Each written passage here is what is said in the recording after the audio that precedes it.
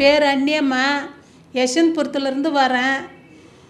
ரொம்ப காலமாக எனக்கு இந்த ஆஸ்மா தொல்லை ரொம்ப சிறுபாணி போட்டேன். நான் உட்கார போக யாருக்கிட்டையும் பேச முடியாது, கொல்ல முடியாது, எங்கேயும் போக முடியாது.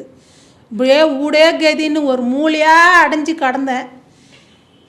மாத்திரை சாப்பிடாத மாத்திரை இல்லை, பம்பு எத்தனையோ விதமான பம்பு டாக்டர் எழுதி கொடுத்ததெல்லாம் நான் யூஸ் பண்ணேன். பம்பு ஒரு நாளைக்கு 7-8 தடவை பம்பு அடிக்கணும். எங்கேயும் போக முடியாது, வர முடியாது. ரொம்ப பாதையாக இருந்துச்சு. ரொம்ப கஷ்டப்பட்டேன். அது யூஸ் பண்ணால் தான் எனக்கு மூச்சு விடுறதுக்கே முடியும், இல்லைன்னா மூச்சே விட முடியாது. ரொம்ப பாதைப்பட்டேன். 20-30 வருஷத்துக்கு கிட்டக்கிட்ட எங்கள் அப்பன் செத்ததுலேருந்து எனக்கு ஸ்டார்ட் ஆயிடுச்சு.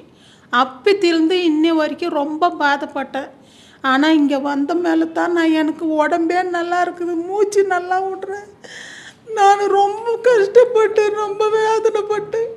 இந்த மூச்சு என்றைக்கு நின்று போகுமோன்னு ரொம்ப பயந்து நான் இருந்தேன். ஆனால் இங்கே வந்த மேலே எனக்கு பரவாயில்லம்மா. இப்போ பம்பு கிம்பு எதுவும் நான் யூஸ் பண்ணுறது கிடையாது. இந்த மருந்து சாப்பிட்ட மேலே எனக்கு ரொம்ப மூச்சு விடுறதுக்காகட்டும், நடக்கிறதுக்காகட்டும், மெட்டில் இறங்குறதுக்கெல்லாம் கொஞ்சம் நல்லா இருக்குது. அதுக்கு இந்த ஆஸ்பத்திரிக்கு தான் நான் நன்றி சொல்லணும்.